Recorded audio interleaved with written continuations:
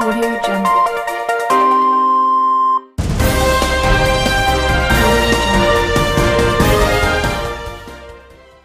Bonsoir chers amis téléspectateurs, bienvenue dans votre émission Washington Actualité.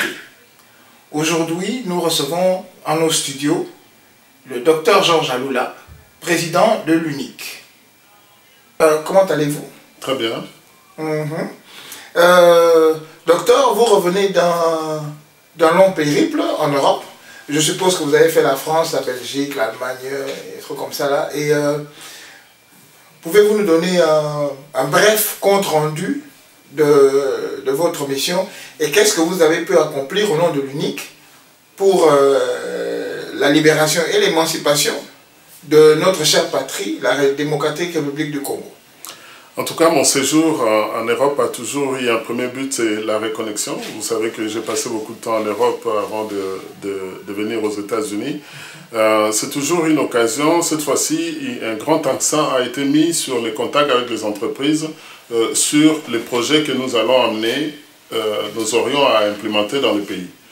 Ce qui fait que nous avons passé beaucoup de temps à aller au concret, à rencontrer les chefs d'entreprise qui sont prêts à pouvoir nous accompagner, mais surtout en discutant dans leur domaine d'activité concernant la construction des routes, les chemins de fer, ou encore rencontrer certains officiers supérieurs des armées européennes pour parler de la politique de défense pour notre pays et comment non seulement assurer d'abord une sécurité alimentaire, parce que c'est qu'il y a la sécurité d'un pays et aussi la sécurité alimentaire, l'accès à l'éducation et toutes ces choses-là. J'ai pu avoir des contacts à assez haut niveau avec ces officiers supérieurs qui m'ont un peu ouvert les yeux sur les comment. Il n'y a pas que l'armée, les armes, les missiles et autres qui font la sécurité du pays. C'était aussi une occasion pour vraiment consolider l'acceptation de notre leadership au niveau de la diaspora, participer à des manifestations à Paris, avoir des échanges avec les combattants résistants qui sont sur le terrain en Europe et surtout et aussi négocier des alliances avec nos partenaires politiques en Europe et ceux qui sont à Kinshasa pour préparer notre arrivée sur le terrain dans les prochains jours. À 10 mois des élections, allons directement au but, des élections présidentielles de 2016, pensez-vous que pensez-vous de la situation qui prévaut actuellement? Et qu'est-ce que l'UNIC prépare en termes de ces élections? Nous avons commencé à parler des élections et de nous préparer depuis 2013. Nous étions parmi les premiers groupes qui ont dit nous irons aux élections en 2016. Mais seulement la situation que nous sommes en train de vivre sur les plans d'implémentation de la réalisation de ces élections, les tenants du pouvoir ne veulent pas qu'on aille aux élections. Ils font tout pour faire ce que la Chambre sénatoriale a fait, c'est-à-dire les glissements. Les calendriers électoraux ne sont pas respectés. Je l'avais dit ici au mois d'octobre sur Canal 5/5 que c'est la première fois au monde que des élections qui ont été prévues avec enregistrement de candidatures, paiement de frais de participation, etc., que ces élections du 25 octobre l'année dernière n'ont pas eu lieu. Et vous voyez que dans ces bricolages, on n'a pas fait les élections locales et provinciales, on passe aux élections de gouverneurs de provinces, de 26 provinces, des provinces qui sont boiteuses, qui n'ont pas d'infrastructure pour pouvoir fonctionner, et on se précipite pour nous mettre des gouverneurs dans ces provinces pour remplacer les commissaires généraux, tout en sachant que la base des électeurs qui doivent mettre ces gouverneurs en place n'est pas non plus légale. Ces électeurs sont hors mandat. Donc toutes ces choses-là montrent qu'au lieu de préparer, de mettre de l'ordre dans le pays, on est en train de créer un certain désordre voulu pour que ce qui va s'en suivre puisse se justifier. On est en train de parler d'élections présidentielles. Même la CENI dit qu'elle est incapable de pouvoir faire les élections en 2016. Nous sommes obligés, dans UNIC, où nous, les partis politiques qui sont à l'extérieur du pays et qui avaient l'intention d'aller participer à ces élections, de pouvoir nager dans cette mare difficile de irons-nous, n'irons-nous pas aux élections. Donc, les incertitudes que Kabila et son régime sont en train de mettre en place, nous, dans INIC, on a gardé nos yeux sur cet objectif des élections en novembre 2016. Et nous voulons être sur le terrain, nous faire connaître, faire naître ces alliances que nous avons déjà préparées avec nos partenaires locaux sur le terrain. Je dirais qu'en utilisant les termes sur le terrain, nous sommes aussi sur le terrain dans la diaspora parce que nous sommes des acteurs politiques des terrains extérieurs. C'est une notion que nous voulons intégrer parce que souvent les gens nous disent ceux qui sont sur le terrain. Nous sommes sur le terrain extérieur et ils sont sur le terrain à l'intérieur du pays. Mais nous mettons tous les éléments ensemble pour pouvoir aller participer, comme tous les autres aux échéances électorales, que nous pousserions par tous les moyens pour qu'ils puissent avoir lieu cette année en 2016. Bon. Pensez-vous que les élections auront effectivement lieu où le gouvernement en place va trouver le moyen de glisser? Nous sommes en plein glissement. Le gouvernement en place ne veut pas organiser les élections. Et qu'est-ce que vous prévoyez en tant qu'opposition pour faire obstacle à ce fait? C'est la population. C'est ce que nous appelons le tsunami. Notre population a montré qu'elle est prête. Notre population a chanté une jeunesse de 14-15 ans. Je dirais de 10 à 15 ans. Pour ne pas dire les grands partis politiques qui ont donné des slogans pour que ces jeunes puissent envahir les rues comme nous avons vu après les victoires de Léopard à la Coupe d'Afrique des Nations. Ce sont ces jeunes qui ont dit « Manda Isili, Yebela et Logoni Nessi Lakate ». Ça veut dire que nous sommes en train de partir tranquillement vers un soulèvement populaire, mais qui est préparé par les gens qui ne savent pas que dans leur comportement, ils sont en train de mettre la braise au feu, et quand ça va exploser, ça va être difficile pour eux-mêmes de pouvoir les tenir. Ok. Et nous avons vu la dernière fois l'opposition déclarer ville morte, et la ville morte a réussi. Bon, mais comme mon confrère Marc Lushimba, que je salue au passage, a dit, a posé la question, bon, la ville morte a réussi, et après? La ville morte a réussi, je crois que l'opposition, nous tous nous sommes en train de regarder ce que le gouvernement est en train de mettre en place. Quand on parle de soulèvement populaire, ce n'est pas Georges Aloula qui va dire le 30 mars 2016, il y a un soulèvement populaire. Ces soulèvements populaires sont souvent spontanés. Parce que je reviens sur le slogan qui a été lancé. Il n'y a aucune boîte de communication qui a mis au point ces slogans qui a marché et que tout le monde a pris. C'est vrai qu'Ofi Olomide a fait la chanson Selfie et Kotité. Et maintenant, avec Oazeko, avec la chanson Fimbo, le peuple congolais se retrouve dans son élément, qui est la musique, et il met ça dans toutes les sauces. Donc, quand la population va se lever, si le gouvernement prend le risque de pouvoir toucher la population en pensant qu'ils vont faire ce qu'ils ont fait en 2011 ou en 2015 en éliminant près de 500 jeunes hommes en les enterrant à Maluku, ce que ça va passer inaperçu, ce serait une erreur fatale. C'est ça qui va les faire déborder. Laissez-moi donner quelques signes de ce tsunami dont je parle en termes politiques. Je prendrai le tsunami d'abord dans son phénomène naturel. Donc une vague, l'océan se fâche, cette vague-là prend de gros bateaux et les amène sur terre, en ravageant tout sur son passage. La diaspora congolaise, un message pour nos amis de G7 et de tous ceux qui arrivent dans l'opposition, qui comprennent de quoi je vais parler, la diaspora dans son ensemble, de l'Australie, de l'Europe, de l'Amérique du Nord, l'Amérique du Sud, l'Afrique, notamment l'Afrique du Sud, et à Kinshasa, se sont levés petit à petit pour dire Kabila dégage. On nous a fait passer notre pays comme la capitale du viol dans le monde. Tout ça a créé une certaine cohésion nationale des Congolais de la diaspora et de ceux qui sont à l'intérieur, en solidarité avec nos mamans qui sont violées à l'est du pays, en solidarité avec notre population qui subit un génocide que le monde ne veut pas parler. J'ai chaque fois maintenant tendance à pouvoir rappeler la définition du génocide. Quand on a de l'eau non potable à boire, ça élimine la population. Quand les gens meurent comme des mouches, parce qu'ils vivent dans des infrastructures qui ne peuvent pas tenir, ça c'est le génocide. Quand on met les enfants dans l'armée, au lieu qu'ils aillent à l'école, c'est un génocide. Quand on viole les femmes et qu'on détruit leurs appareils génitaux pour qu'ils puissent plus se reproduire, c'est un génocide. Et quand on tue le peuple congolais comme on tue aujourd'hui à l'est du pays, à Beni, et on est en train de nous monter un nouvel génocide qui vont commencer à parler.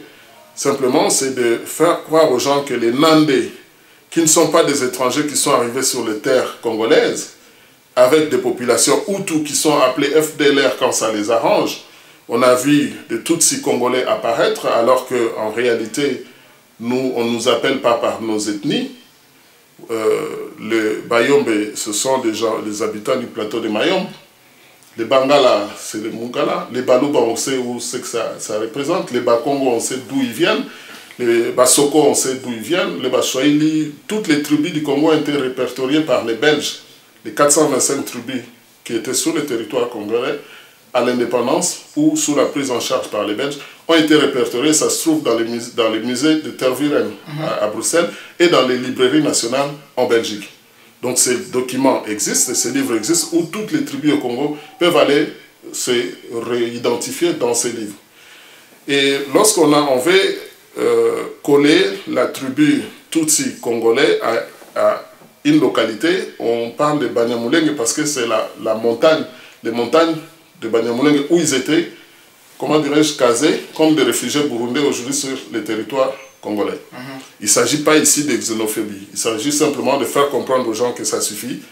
Nous avons passé 3 décennies ou 2 décennies dans les pays qui nous ont accueillis.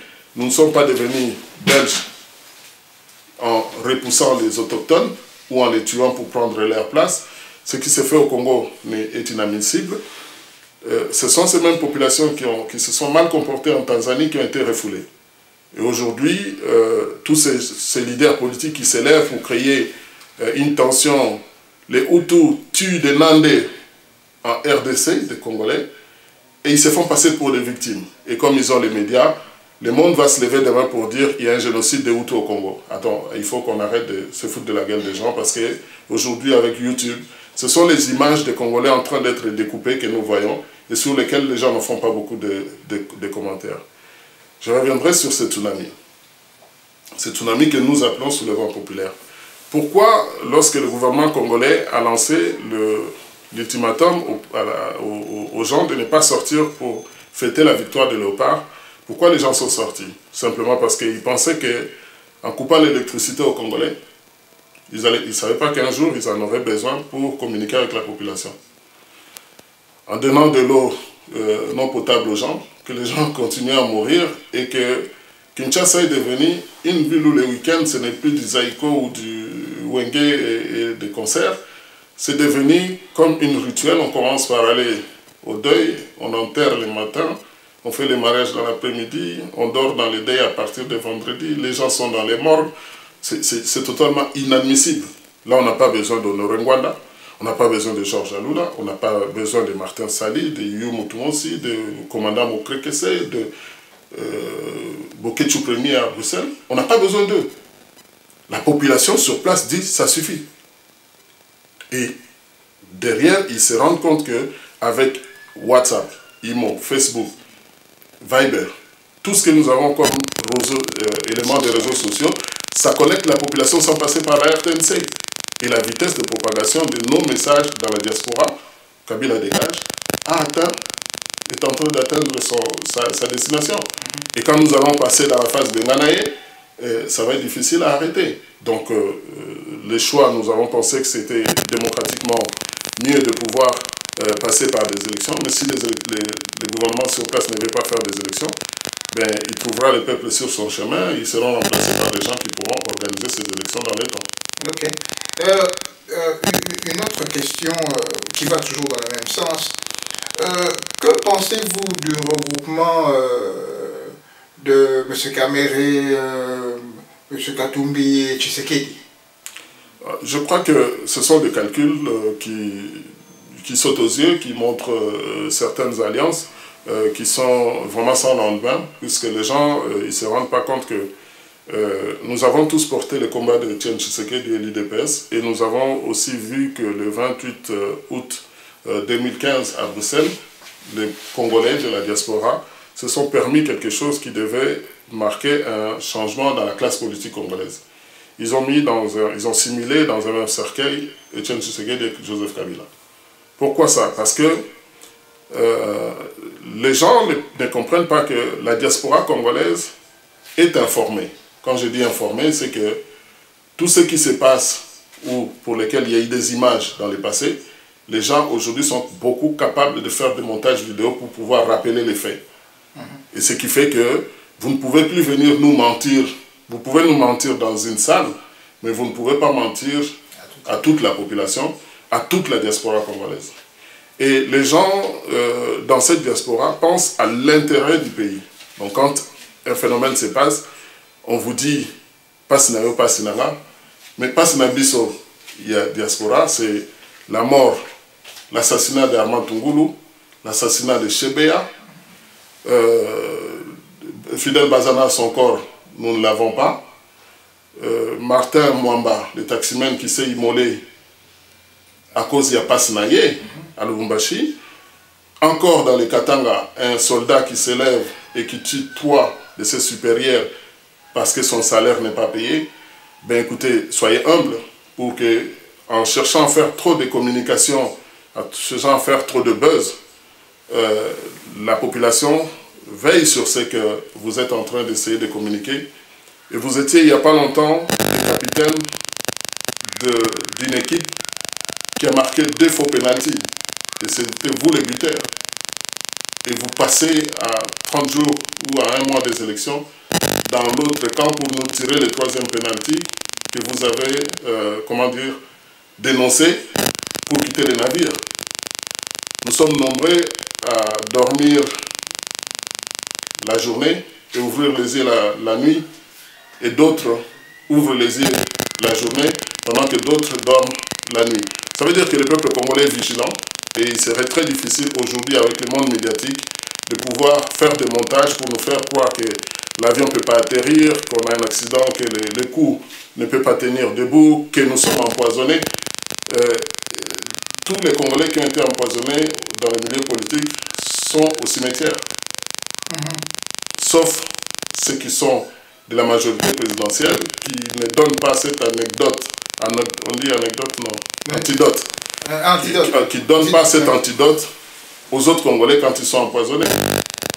Donc, qui vous revoient, on n'a pas fermé la porte de l'opposition, mais qu'on ne nous prenne pas pour des imbéciles ou des cons, pour venir vous dire que tout ce que nous avons fait par le passé pour que ce régime puisse aller vers le gouffre qu'ils ont quitté, de venir nous dire et ils vont prendre le volant du combat que nous avons fait. Ça ne représente pas grand-chose. Et le G7 dans tout cela? Les G7, c'est ce que je suis en train de dire, ils ont écrit à Kabila pour qu'ils prennent des précautions pour ne pas amener l'air train vers les gouffres. C'est-à-dire, on pouvait dire, ils ont écrit à Kabila de pouvoir freiner avant d'arriver dans les gouffres. Et les montages qu'ils ont fait, puisque je ne veux pas dire qu'on les a éjectés, Kabila les a dit, ben, celui qui n'est pas d'accord descend.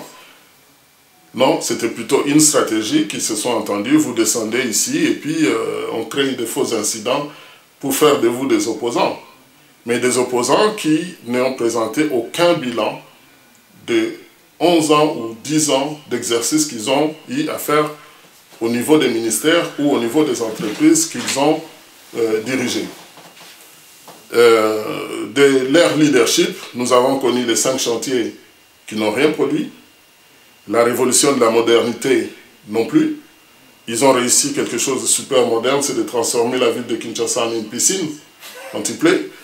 Et à partir du moment où ces gens avec ces bilans veulent venir dans l'opposition et pouvoir passer devant pour les élections présidentielles parce qu'ils ont la caisse de l'État, une partie de la caisse de l'État qui sont partis avec, ils doivent s'auto-examiner, regarder leur comportement. Parce que nous ne sommes pas dupes. les peuples congolais à l'intérieur du pays ne peuvent peut-être pas parler, mais nous, dans la diaspora, on a la possibilité, la capacité de pouvoir parler et de pouvoir dénoncer parce que les G7, aujourd'hui, n'a aucun projet ou un programme de gouvernement ou ni quelque chose de nouveau à proposer au peuple congolais pour demain. Parce qu'il ne s'agit pas de remplacer Kabila par ses coéquipiers. Sinon, tous les combats qu'on a menés dans la diaspora auraient servi à juste prendre Kabila pour les remplacer par quelqu'un qui était dans son équipe et qui n'a pas produit grand-chose. Moi, je comparerais quelque part la province du Katanga avec le Rwanda en termes de ressources et de réalisations. Lorsqu'on voit les photos de Kigali, il n'y a aucun endroit au Katanga où on peut comparer ce que Kagame a fait avec l'argent du Congo et ce qui s'est fait au Katanga. Bon, nous n'allons pas faire marche arrière. Vous êtes président de l'UNIC. Hein, je voulais qu'on rentre un tout petit peu parler de ce que l'UNIC compte faire maintenant et de maintenant jusqu'aux élections supposées arriver. Vous avez 10 mois hein, pour... vous avez commencé à préparer votre campagne électorale en 2013, vous avez dit, mais il reste 10 mois avant la tenue supposée des élections. Comment est-ce que l'UNIC se retrouve vis-à-vis de ces élections? La première chose, si je commence par quelque chose d'assez positif, c'est que nous avons occupé les réseaux sociaux. Nous sommes pratiquement les premiers partis politiques congolais sur les réseaux sociaux. Facebook et sur WhatsApp, nous avons une grande audience qui est de plus en plus grande à l'intérieur du pays. Beaucoup de jeunes sont en train de nous suivre et qui sont en train de dire qu'ils sont prêts à s'impliquer et qu'ils attendent mon arrivée, notre arrivée sur le terrain. Nous avons toujours dit dans UNIC que le fait que nous avons fait les combats dans la diaspora à l'extérieur du pays, ce serait trop prétentieux de croire que UNIC peut faire seule cette campagne et pouvoir la remporter. Nous avons établi des alliances avec des partis politiques qui ont pignon sur rue sur l'ensemble du territoire, avec lesquels nous sommes en train de préparer cette équipe qui va diriger le Congo de demain. Et si je peux parler en termes d'étapes, la première des choses, c'est qu'avant mon arrivée, on installe le siège principal du parti à Kinshasa pour préparer quand même mon arrivée. Et dans l'entretemps, on va aussi occuper les bases qui sont déjà assez pointues à l'est du pays, à Goma, à Bukavu, à Kisangani, Mbandaka, au Katanga et puis dans le Bas-Congo, là où nous avons déjà une bonne partie de notre équipe qui est opérationnelle dans le sens que les réseaux existent et il faut maintenant pouvoir les activer. Je pense que l'étape de Kisangani sera très importante pour moi parce que ça fait 52 ans cette année que j'ai quitté ma ville natale. Mon arrivée à Kisangani, ça va être un point tournant pour cette campagne. Je ne vais pas faire de discrimination en termes de province, mais on va installer UNIC dans toutes les provinces avec à l'idée en tête.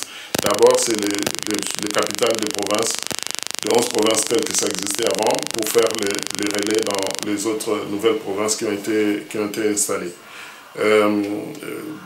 Je crois qu'avec les moyens médiatiques et de logistique que nous allons pouvoir disposer, nous pourrons faire ce travail sur le temps qui nous reste avec nos partenaires qui vont nous accompagner, partager leur popularité avec nous. Et je dirais que nous faisons la différence parce que nous disons aux Congolais ce que nous voulons faire. Et ce ne sont pas des discours simples, mais ce sont des discours qui sont basés sur notre expérience, notre capacité de pouvoir réaliser ce que nous pouvons, ce que nous promotons à la population de le faire. Je l'ai dit en début de cette émission, nous avons fait le projet de Congo en 2030 pour dire où sera le Congo. Nous avons montré à nos partenaires cette progression du Congo, que lorsque nos partenaires nous disent ben, écoutez, maintenant il n'y a plus qu'à mettre les équipes pour pouvoir faire ce que vous avez défini comme des paths en anglais, c'est le chemin que vous avez décrit, voir les urbanistes pour leur dire que ben voilà la distribution de notre population en ayant les Congo en 2050 à près de 200 millions d'habitants, c'est un supermarché, un grand marché. Mais cette population, il faut qu'on la distribue sur les 26 provinces qui ont été créées, en prenant en compte la population de chaque province ou de chaque localité et voir comment elle va évoluer dans ces temps. Ce sont des études que nous avons menées et pour lesquelles nous avons pu donner une sorte de progression du pouvoir d'achat de produit intérieur brut de notre pays et qui peut les mettre en compétition dans les 5 à venir avec la Suède, dans les 10 ans avec l'Argentine, dans les 15 ans rattraper le niveau de la Corée du Sud, sachant que la RDC et la Corée du Sud étaient au même niveau en 1960, avec notre population et avec toute l'industrialisation des différents secteurs miniers, des secteurs de production chez nous, nous pouvons atteindre cette progression annuelle de, je ne dirais pas les chiffres puisque c'est quelque chose de sensible, qui puisse permettre au Congo de pouvoir atteindre les niveaux de la France en 2035, en 2045 atteindre les niveaux de l'Allemagne et 2050 et être au niveau de grande puissance de ce monde. Donc ce qui montre que nous avons un programme qui montre vraiment l'émergence de la République démocratique du Congo. Et pour terminer, je dirais que nous sommes déjà trop réclamés parce que le discours de UNIC avec les réseaux sociaux est entré. Beaucoup de Congolais pensent que nous les faisons rêver, mais ils sont vraiment... Nous avons une très forte pression de la population pour nous voir sur le terrain et commencer à dire à la population ce que nous allons faire pour de la RDC demain. Donc je suppose que ce n'est peut-être pas un secret d'État, mais quand est-ce que vous pouvez estimer votre présence sur le terrain? J'étais prévu être à Kinshasa fin février ou en mars, mais vous savez aussi que même lorsqu'on mène un combat assez fort, j'ai été absent l'année dernière pendant 6 mois en Europe. Je suis parti début décembre, j'ai fait 3 mois en dehors et loin de ma famille. Et en travaillant avec cette pression, à un moment donné, on peut sentir comme un essoufflement. Besoin de pouvoir respirer, reprendre des forces. Parce que c'est quand même important de pouvoir se remettre quand on va dans un combat. Il ne faut pas laisser des malheureux derrière. C'est difficile de pouvoir continuer à pouvoir sauter cette dernière étape parce que mon arrivée sur le terrain sera imminent. Avril à tout prix, je dois être à Kinshasa pour pouvoir passer au moins 6 à 7 mois à l'intérieur du pays. On a vu qu'on a peut-être perdu l'idée. Pour moi, l'idéal c'était avant fin février d'être à Kinshasa et faire 10 mois sur le terrain. Mais les tergiversations sur les dates des élections, nous avons quand même des partenaires qui ne vont pas prendre trop de risques si de l'autre côté, le gouvernement nous montre tous les signes qu'il ne veut pas organiser les élections. Mais nous savons que la communauté internationale ne va pas les laisser nous amener vers le mur et vers ces glissements. Les amis du Congo ont le devoir de nous aider à ce que nous puissions mettre un terme à cette tergiversation. Dans une émission avec vous, j'avais préconisé la démission de Joseph Kabila. J'avais donné un schéma pour dire comment y arriver. Le Sénat est une chambre de glissement qu'il faut dissoudre. Nous allons remettre le Sénat lorsque nous allons faire les votes. Et il faut remettre les élections à 2 tours pour qu'on ait un premier tour.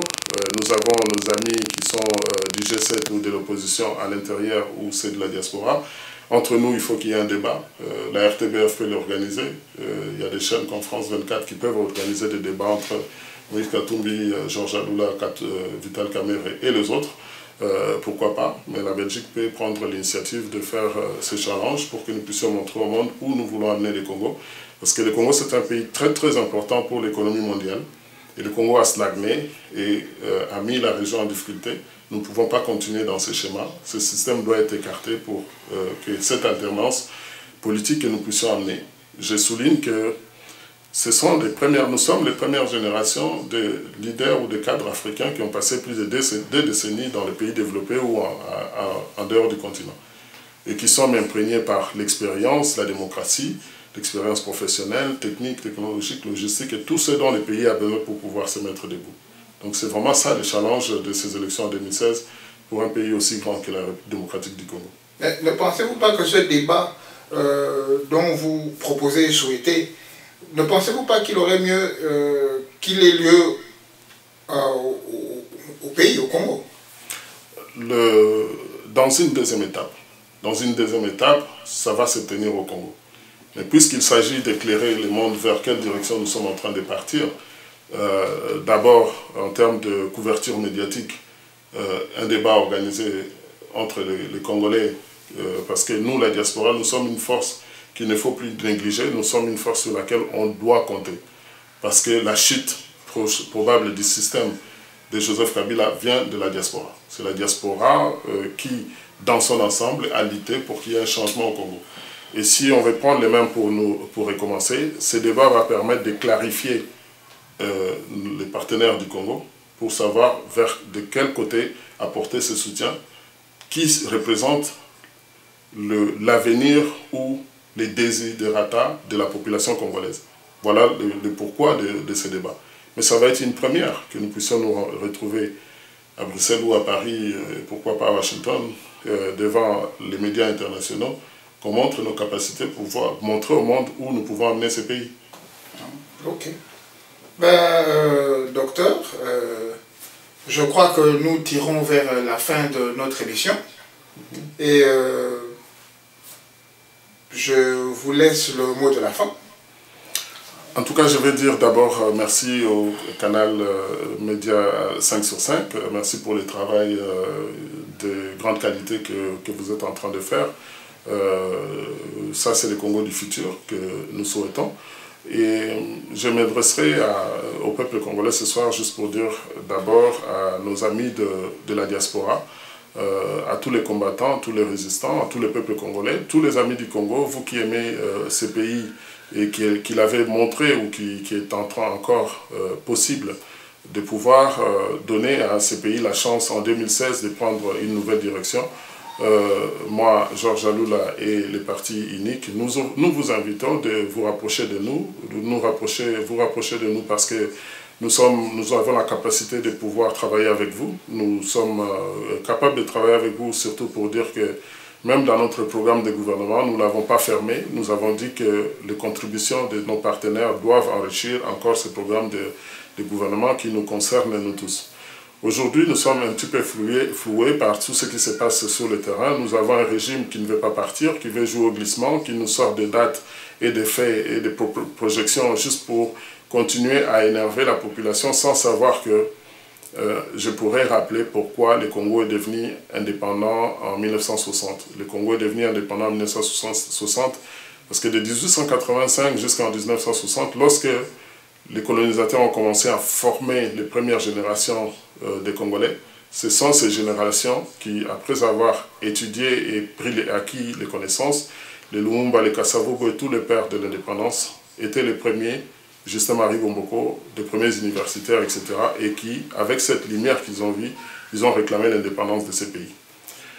Aujourd'hui, nous sommes dans une situation très similaire. Les nouvelles technologies sont arrivées. C'est vrai, nous avons beaucoup de sang congolais ont coulé et continuent à couler pour pouvoir fournir les coltans qui servent à toutes ces technologies qui aident les mondes à pouvoir communiquer. C'est une autre ère qui commence. Avec cette nouvelle ère qui commence, tous les régimes dictatoriaux que nous avons connus trouvent leur fin ou leurs limites dans l'utilisation des médias sociaux. Nous avons hier, nous avions la radio-trottoir pour passer nos messages.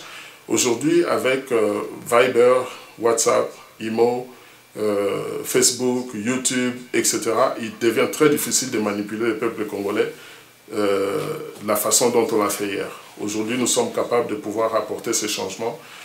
Que ces groupes de gens qui veulent nous maintenir dans une situation de pauvreté alors que nous sommes un pays qui, avec 23 000 milliards de réserves d'or, je dis bien d'or, pas de toutes les ressources, d'or uniquement, nous maintenir dans ce système alors que nous avons proposé au monde comment faire participer au Congo et aux Congolais sur le marché mondial en sachant que notre pays va passer de quelque part 80 millions aujourd'hui. Dans moins de 15 ans, nous allons atteindre 150 millions d'habitants et près de 200 millions en 2050. Nous sommes un marché, rien que cet espace, nous sommes un marché à nous-mêmes.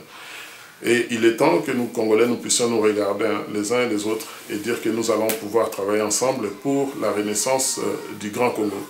Je lance un appel à tous mes amis, combattants, résistants, avec qui nous avons occupé les rues de Washington, de New York, d'Atlanta, d'Ottawa, Montréal, Bruxelles, Londres, Newcastle, Cologne, Bonn, Johannesburg et Kinshasa et partout ailleurs où nous nous sommes levés pour dire que ce régime doit s'arrêter. L'heure est venue pour nous de pouvoir resserrer nos rangs, de revoir nos vidéos, de pouvoir nous reconnaître comment nous avons chanté ensemble et pour réclamer la liberté, la libération de nos prisonniers politiques, la fin de cette dictature ou encore dénoncer la fosse commune de Maluku. Dénoncer la tuerie de près de 120 jeunes Congolais qui se réclamaient du groupe de M. Mukungubila et de tant d'autres héros qui sont tombés sous ce régime. L'heure est venue de nous regarder en face et de dire que vous pouvez compter sur moi, vous pouvez compter sur nous. Nous avons organisé les choses pour que le Congo puisse prendre une nouvelle direction. Moi, je pense que tout ce que nous avons fait jusqu'à aujourd'hui, la main de Dieu, puisque nous croyons énormément et fortement dans notre pays, est en train de prendre le contrôle de notre situation. Nous comptons sur cette nouvelle génération de 10-15 ans qui sont capables de remplir les rues pour que ce gouvernement puisse laisser la place à ceux qui sont capables de mettre le fichier électoral en ordre très rapidement, d'identifier les Congolais très rapidement et de nous amener aux élections en septembre pour le premier tour, au deuxième tour en novembre, le 27 novembre, pour que nous puissions avoir un vrai nouveau chef de l'État qui exprimerait la volonté populaire le 20 décembre 2016 et ainsi déclencher le décollage économique et social et politique afin que le Congo puisse reprendre sa place de leadership dans lesquels nous étions dans le passé. Je prie Dieu pour que cette transition puisse se passer dans la paix. Je prie Dieu pour que ceux qui sont en charge aujourd'hui prennent conscience qu'on n'affronte pas une population. On ne peut pas affronter, quelles que soient les armes que nous avons dans nos casernes, pouvoir éliminer 80 millions de personnes. J'en appelle à votre sagesse pour que ce plan de destruction de nos populations, de notre ville, puisse s'arrêter. Et la démission, c'est aussi une bonne solution pour pouvoir quitter le pouvoir. Je dis au peuple congolais de tenir le coup. Ensemble, nous allons y arriver. Que Dieu vous bénisse. Que Dieu bénisse la République démocratique du Congo. Voilà. Merci de nous avoir suivis, chers téléspectateurs fanatiques de 5 sur 5 médias.